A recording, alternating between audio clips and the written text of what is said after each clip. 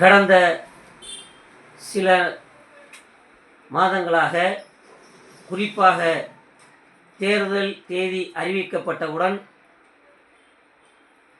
விஜய் அவர்களுக்கு நான் சார்ந்திருக்கின்ற விடுதலை சிறுத்தைகள் கட்சியின் சார்பிலும் பொதுப்படையாகவும் கட்சிக்கு அப்பாற்பட்டும் பல்வேறு கருத்துக்களை குறிப்பிட்டு வந்தேன். அதற்கு காரணம்,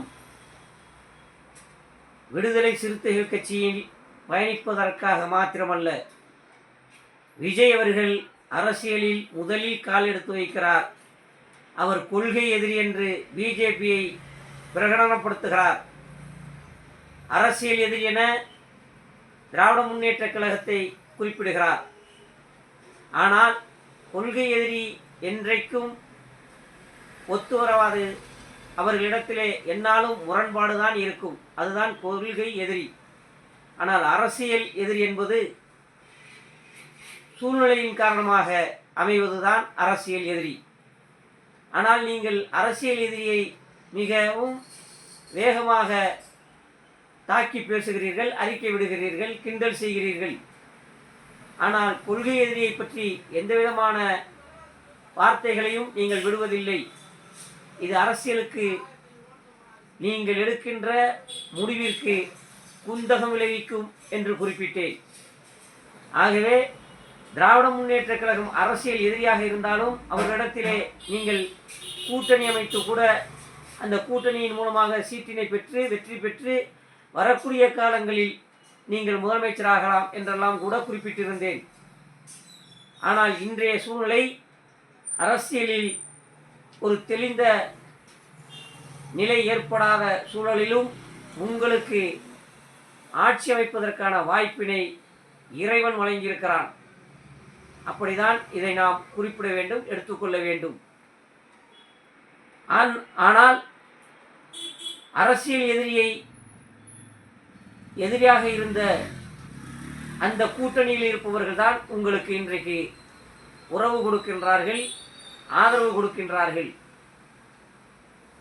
கொள்கை எதிரியை நீங்கள் நாடி செல்லவில்லை, அதில் எனக்கு மிகுந்த மகிழ்ச்சி. கொள்கை எதிரி என்று குறிப்பிட்டீர்கள். அந்த கொள்கை எதிரியிடத்தில் நீங்கள் இதுவரை கடந்த 5 நாட்களுக்காக இதுவரை எந்த வகையிலும் அந்த கொள்கை எதிரி கூடாரத்தில் நீங்கள் உங்களுடைய ஆதரவை கேட்கவில்லை என்பதில் மிகுந்த மகிழ்ச்சி. அதுதான் உறுதியாக இருப்பீர்கள் கொள்கையில் என்பதற்கான எடுத்துக்காட்டாக அமையும் என்று நான் நம்புகின்றேன். ஆனால் அரசியல் எதிரியாக இருந்தவர் அந்த கூடாரத்தில் இருந்துதான், அந்த கூட்டணியில் இருந்துதான் இன்றைக்கு உங்களுக்கு ஆதரவு வழங்குகிறார்கள் என்பதிலும் மிகுந்த மகிழ்ச்சி. அரசியல் எதிரியாக இருந்த கூட்டணியில் இருந்து வந்திருக்கின்ற கம்யூனிஸ்டாக இருந்தாலும், விடுதலை சிறுத்தைகள் கட்சியாக இருந்தாலும், முஸ்லீம் லீக்காக இருந்தாலும் கொள்கையில் உறுதியுள்ளவர்கள் என்பதை மறந்து விடாதீர்கள். உங்களுக்கு ஆதரவு தருவது கொள்கை உறுதியுள்ள அரசியல் இயக்கங்கள், அந்த கட்சிகள். அதற்கு பக்கபலமாக நீங்கள் எவ்வளவுதான் அழுத்தமாக பேசியிருந்தாலும் நம்முடைய இன்று வரையும் முதலமைச்சராக இருக்கின்ற ஸ்டாலின் அவர்கள் 6 மாத காலம் நாங்கள் எந்த தொந்தரவும் செய்ய மாட்டோம், உங்களுடைய அரசு நல்லபடியாக அமைய வேண்டும் என்று வாழ்த்தினையும் தெரிவித்திருக்கிறார். அதுதான் அரசியல் எதிரியினுடைய எடுத்துக்காட்டு. உங்களையும் ஒரு வகையில் பாராட்டுகின்றேன். கொள்கை எதிரியிடத்தில் நீங்கள் இதுவரை எந்த விதமான உறவும் கொள்ளவில்லை என்று. ஆனால் உங்கள் அருகில் இருக்கக்கூடியவர்கள், நான் ஏற்கனவே குறிப்பிட்டிருக்கின்றேன், இப்பொழுதும் குறிப்பிடுகின்றேன், உங்கள் அருகில் இருக்கக்கூடிய சிலர் பெயரை குறிப்பிட விரும்பவில்லை, உங்களுக்கே புரியும். அவர்களிடத்திலே சிறப்பு கவனம் செலுத்துங்கள். அமைச்சர்களாக வரலாம், அது வேறு விவகாரம்.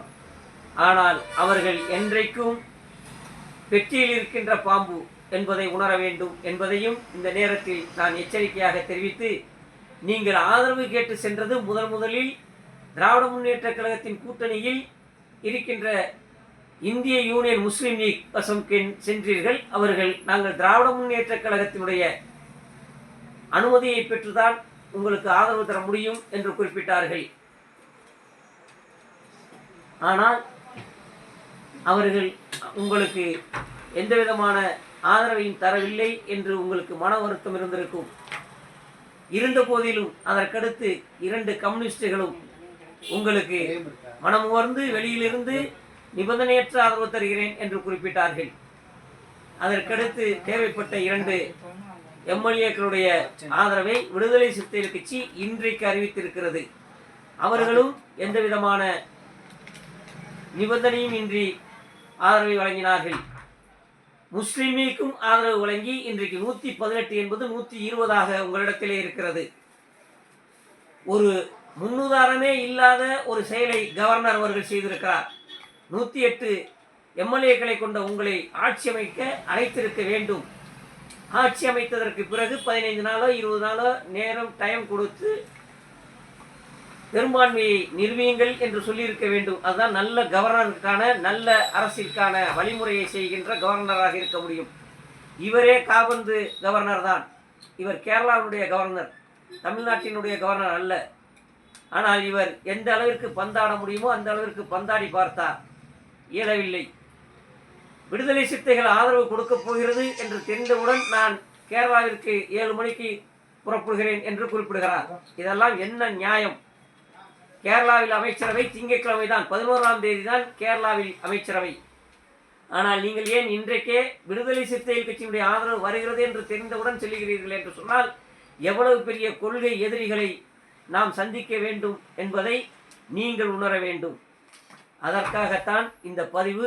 அரசியல் மாச்சரியங்கள் அன்றி பொதுப்படையாக, அரசியல் ஆதரவு இன்றி தெளிவாக தருகின்றேன். இதுபோல் பல கருத்துக்களை உங்களுக்கு இது போன்ற வலைதளங்கள் மூலமாக செய்துள்ளேன். உங்கள் கவனத்திற்கு வந்ததோ வரவில்லையோ எனக்கு தெரியவில்லை. இந்த செய்தியும் வரும்.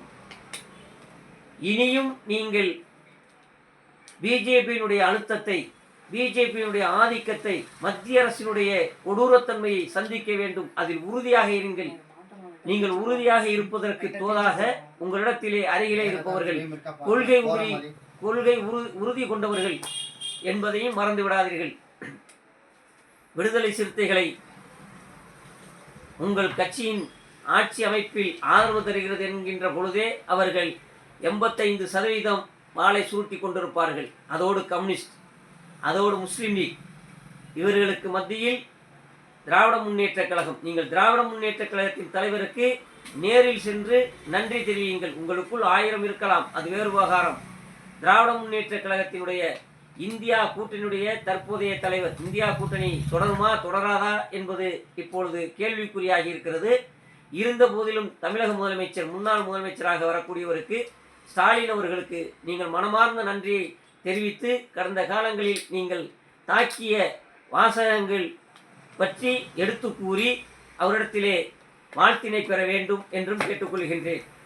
எந்த வகையிலாச்சு அண்ணா திராவிட முன்னேற்ற கழகத்தை ஆதரவு கொடுக்க வைத்து உங்களுக்கு அதன் மூலமாக பிஜேபி, அதிமுக முகமூடியை போற்றி கொண்டு உங்களிடத்திலே அழுத்தம் தர வேண்டும், பெற வேண்டிய கையெழுத்துக்களை பெற வேண்டும் என்ற எண்ணத்தில் இருந்தார்கள். அதில் மண் விழுந்தது என்ற காரணத்தினால் இத்தனை நாட்களாக இழுத்தடித்தார்கள் என்பதையும் கவர்னர் வாயிலாக புரிந்து கொள்ளுங்கள்.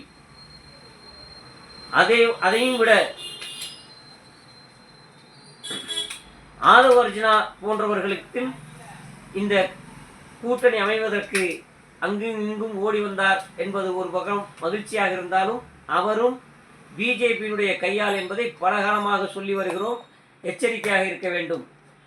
ஆதரவு தந்துள்ள கட்சிகள் பெருந்தன்மையோடு எங்களுக்கு ஆட்சியில் பங்கு இல்லை, எந்த விதமான அழுத்தமும் தரவில்லை, நிர்பந்தமும் வைக்கவில்லை என்று குறிப்பிட்டிருக்கிறார்கள். இருந்தாலும் நீங்கள் அவர்களுக்கு ஒவ்வொரு கட்சிக்கும் ஒரு மந்திரியோ 2 மந்திரிகளோ அமைச்சரவையில் இடம் கொடுத்து அவர்களையும் அனுசரித்து அவர்களுடைய ஆலோசனையையும் பெற்று, குறிப்பாக விடுதலை சிறுத்தைகள், கம்யூனிஸ்டுகள், முஸ்லீம் லீக் போன்ற கட்சிகளுடைய ஆதரவையும், இன்னும் சொல்லப்போனால் தமிழக வாழ்வுரிமை கட்சியுடைய தலைவர் வேல்முருகன் அவர்களையும் நீங்கள் ஆலோசனை பெறுங்கள். திராவிட முன்னேற்ற கழகத்திலும் ஆலோசனை பெறுங்கள். இதுதான் தமிழ்நாட்டிற்கான வளர்ச்சிக்கு, தமிழர்களான நம்முடைய மத்திய அரசுடைய எதிர்ப்புக்கு சரியான வழியாக இருக்கும். இவர்களோடு ஒன்றிணைந்தே நீங்கள் எப்போதும் பயணிப்பீர்களானால் 5 ஆண்டுகள் நிச்சயமாக உங்கள் அரசு எந்த விதமான அப்பழுக்கும் இன்றி அமையும். அதே போல் நீங்கள் தேர்ந்தெடுக்கின்ற அமைச்சர்களும் உங்களுக்கு சாதகமாக நல்ல பேர் உள்ளவர்களாக, அலிகேஷன் இல்லாமல் நல்ல பெயர் உள்ளவர்களாக வல்லவர்களாக இருக்க வேண்டும். கடந்த 5 நாட்களில் தேர்தல் தேர்ந்த தெளிந்த முடிவினை எடுத்தீர்கள். எந்த வகையிலும் அரசியல் எதிரிகளிடத்தில் நாங்கள் சென்றாலும் செல்வோமே தவிர கொள்கை எதிரியாக இருக்கின்ற பிஜேபியிடம் செல்ல மாட்டோம் என்பதை எடுத்து வைப்பதற்காகத்தான் நீங்கள் முஸ்லீம் லீக் கட்சியினிடத்திலே முதலில் ஆதரவு கூறினீர்கள். ஆனால் அவர்கள் கடைசியாக ஆதரவு தந்திருக்கிறார்கள். புரிந்து கொள்ளுங்கள். முதலில் நீங்கள் ஆதரவு கேட்டீர்கள், இறுதியாக உங்களுக்கு முழுமையான பெரும்பான்மையை தருவதற்கு முஸ்லீம் லீக் தான் துணை நின்றிருக்கிறது இறுதியாக என்பதையும் கருத்தில் கொள்ள வேண்டும் என்றும் நான் கேட்டுக்கொள்கின்றேன். அதேபோல் சிறுபான்மை சமூகத்தினருக்கு உங்களுடைய ஆதரவு, உங்களுடைய அரசினுடைய பாதுகாப்பு தொடர்ந்து இருக்க வேண்டும். சிறுபான்மை சமூகத்தினர் இந்தியா முழுவதும் பல்வேறு பகுதிகளில் அச்சத்தோடு வாழ்கிறார்கள். ஆனால் தமிழ்நாட்டில் எந்த விதமான அச்சமும் இல்லாமல் வாழ்ந்து கொண்டிருக்கிறோம். அதற்கு காரணம் திராவிட மாடல் அரசு. அதையே நீங்களும் பின்பற்ற வேண்டும். உறுதியாக இருங்கள். பிஜேபியினுடைய கொள்கை என்னவென்றால், ஒருவரை மிரட்டுவார்கள், ஒருவரை அடிபணிய வைக்க முயற்சிப்பார்கள். நாம் அடிபணிந்து விட்டால் நம் தலையில் ஏறி அமர்ந்து கொள்வார்கள். நாம் அடிபணிய மறுப்போமையானால், நாம் அதை எதிர்ப்போமையானால் அவர்களால் பின்னங்கால் பிடரி திரிக்க ஓதி விடுவார்கள். இதுதான் பிஜேபி நிலைப்பாடு. ஆரம்பத்தில் இருந்தே நீங்கள் எந்த வகையிலும் அவர்களுக்கு உறுதுணையாக இருந்து விடாதீர்கள். அவர்கள் மிரட்டுகிறார்கள் என்று நீங்கள் மிரண்டு விடாதீர்கள். நீங்கள் மிரட்டுங்கள். அவர்கள் மிரட்டுவதை விட ஒருபடி மேன்றாக நீங்கள் மிரட்டுங்கள். மத்திய அரசு என்பது இந்தியா முழுவதும் இருக்கின்ற அத்தனை மாநிலங்களுக்குமான அரசு. அது தமிழ்நாட்டிற்கும் அந்த பங்களிப்பை அளிக்க வேண்டும். கடந்த காலத்தில் அரசியல் விரோதத்தின் காரணமாக திராவிட மாடல் அரசிற்கு அவர்கள் ஒத்துழைப்பு தரவில்லை. உங்களையும் அதே போல் பயணிக்க வைப்பார்கள். அதனால் இப்பொழுது இந்த மும்மொழி கொள்கைக்கான திட்டத்தை காபந்து சர்க்கார் இருக்கின்ற பொழுதே கையெழுத்திடுங்கள் என்று ஒரு செய்தியும் வந்திருக்கிறது என்பதை நீங்கள் உணர்ந்து கொள்ள வேண்டும். அவர்கள் எந்த வகையிலும் திராவிட முன்னேற்ற கழகத்தினுடைய ஆதரவு கிடைக்காது. அண்ணா திராவிட முன்னேற்ற கழகத்தினுடைய ஆதரவில் ஆட்சி அமைப்பார் விஜய். அதில் நாம் முகமூடி போட்டு விஜய் அவர்களை ஆட்டி படைக்கலாம் என்றுதான் கருதியிருந்தார்கள். அந்த கருத்திற்கு நீங்கள் இடமளிக்க கூடாது. இடமளிக்க கூடாத அளவிற்கு உங்களிடத்திலே பக்கபலமாக இருப்பது கொள்கை உறுதி உள்ள கட்சிகள் என்பதை மீண்டும் மீண்டும் தெரிவித்துக் கொள்கின்றேன். அவர்களுடைய ஆதரவை பெறுங்கள், அவர்களுடைய ஆலோசனையை பெறுங்கள் என்றும் கேட்டு, சிறுபான்மை சமூகத்தினருக்கும் தலித் மக்களுக்கும் என்றென்றும் துணையாக இருக்க வேண்டும். அவர்களுடைய அச்சத்தை முழுமையாக போக்க வேண்டும். சிறுபான்மை சமூகத்தினரின் பல்வேறு அரசியல் கட்சிகள், வாழ்வுரிமை கட்சி, திராவிட முன்னேற்ற கழகம், திராவிட முன்னேற்ற கழகம் அல்ல, வாழ்வுரிமை கட்சி, விடுதலை சிறுத்தைகள் கட்சி, கம்யூனிஸ்டுகள் போன்றவர்கள் பல காலமாக சொல்லி வந்தது, பல காலமாக விசாரணை கைதிகளாக இருக்கின்ற கைதிகளை உடனடியாக விடுதலை செய்ய வேண்டும் என்று குறிப்பிட்டிருக்கிறார்கள். அதை தருவதாக அண்ணா திராவிட முன்னேற்ற கழக அரசும் சொன்னது, திராவிட முன்னேற்ற கழக அரசும் சொன்னது, செய்யவில்லை, செயல்படுத்தவில்லை. அவர்களை உடனடியாக விடுதலை செய்ய வேண்டும். பலர் இறந்திருக்கிறார்கள், பலர் நோய்வாய்ப்பட்டிருக்கிறார்கள். இனியாவது கருணை அடிப்படையில் அவர்களை விடுதலை செய்ய வேண்டும். அவர்களுடைய பழிபாவனங்கள் என்ன என்பதை விசாரணையாவது செய்யுங்கள் என்றும் உங்கள் அரசின் மூலமாக கேட்டுக்கொள்கின்றேன். சிறுபான்மை சமூகத்தினருக்கு அதிகப்படியான இடஒதுக்கீட்டை வழங்க வேண்டும். அதுவும் அவர்களுடைய கோரிக்கை. தலித் மக்களுடைய ஆங்காங்கே ஏற்படுகின்ற பிரச்சனைகளை இனி வராத அளவிற்கு பாதுகாக்க வேண்டும் என்றும் இந்த நேரத்தில் சிறுபான்மை தலித் சமூகத்தினருக்காகவும் குரல் கொடுக்கின்றேன். அதைவிட மேலும் சொல்வது, எதிரிகளை புறக்கணிக்க, எதிரிகள் எந்த வகையில் வந்தாலும் நாம் புறக்கணிக்க முடியும். ஆனால் துரோகிகளாக இருக்கவர்கள் யார் என்பதையும் நீங்கள் புரிந்து கொள்ளுங்கள். இன்றைக்கு திராவிட முன்னேற்ற கழகத்தின் கூட்டணியில் வெற்றி பெற்ற உறுப்பினர்கள் தான் உங்களுக்கு ஆதரவு தருகிறார்கள். இவர்களுடைய என்றென்றும் அனுசரித்து அவருடைய கருத்துக்களை மேல்மேலும் பெற்று மத்திய அரசு பல வகையிலும் மக்கள் விரோத திட்டங்களை கொண்டு வருவதற்கு, குறிப்பாக தமிழ்நாட்டில் கொண்டு வருவதற்கு அவர்கள் முயற்சிப்பார்கள். அரசை கலைப்பேன் என்று கூட சொல்வார்கள். கலைக்கட்டும், அதை பற்றி கவலை இல்லை, நாங்கள் மக்களுக்கான அரசு நடத்துகிறோம் என்று குறிப்பிட வேண்டும் என்றும் இந்த நேரத்தில் கேட்டு, புதிதாக ஆட்சியில் அமர இருக்கின்ற அமைச்சர்களுக்கு மாவட்டத்திற்கு ஒருவர் என்கின்ற வகையில் ஆட்சி அமைப்பதற்கான வாய்ப்பை வழங்குவீர்கள். அத்தனை அமைச்சர்களுக்கும் வாழ்த்துக்களை தெரிவித்துக் கொள்கின்றேன். விஜய் அவர்களுடைய அமைச்சரவையில் அமைச்சர்களாக இடம்பெறக்கூடிய அமைச்சர்கள் கண்ணியத்தோடும் மதிப்போடும் மரியாதையோடும் மக்கள் மத்தியில் நல்ல பேரோடும் விஜய்க்கு நீங்கள் உறுதுணையாகவும் சிறப்பாகவும் பணியாற்ற வேண்டும். பொறுப்பினுடைய உணர்வு புரிந்து பொறுப்பினுடைய உணர்வு அறிந்து செயல்படுங்கள். அந்த வகையில் எனது புதுக்கோட்டை மாவட்டத்தில் அமைச்சராக வரக்கூடியவருக்கும் சிறப்பு வாழ்த்துக்களை சிறப்போடு தெரிவித்துக் கொள்வது புதுக்கோட்டை மு.க. ஷாஜஹான். இது அரசியல் பதிவல்ல. நான் விடுதலை சிறுத்தைகள் கட்சியில் இருந்தாலும் தனியாக எனக்கு தெரிந்த கருத்துக்களை உங்களுக்கு வழங்கியிருக்கின்றேன். சிறப்பாக ஆட்சியை அமைத்து ஆட்சியில் செயல்படுங்கள். உங்கள் அமைச்சர்களையும் நல்லபடியில் வைத்துக் கொள்ளுங்கள். அமைச்சர்களும் ஒத்துழைப்போடு இருக்க வேண்டும். விடுதலை சிறுத்தைகள் உள்ளிட்ட கட்சிகளும் உங்களுக்கு துணையாக இருப்போம்.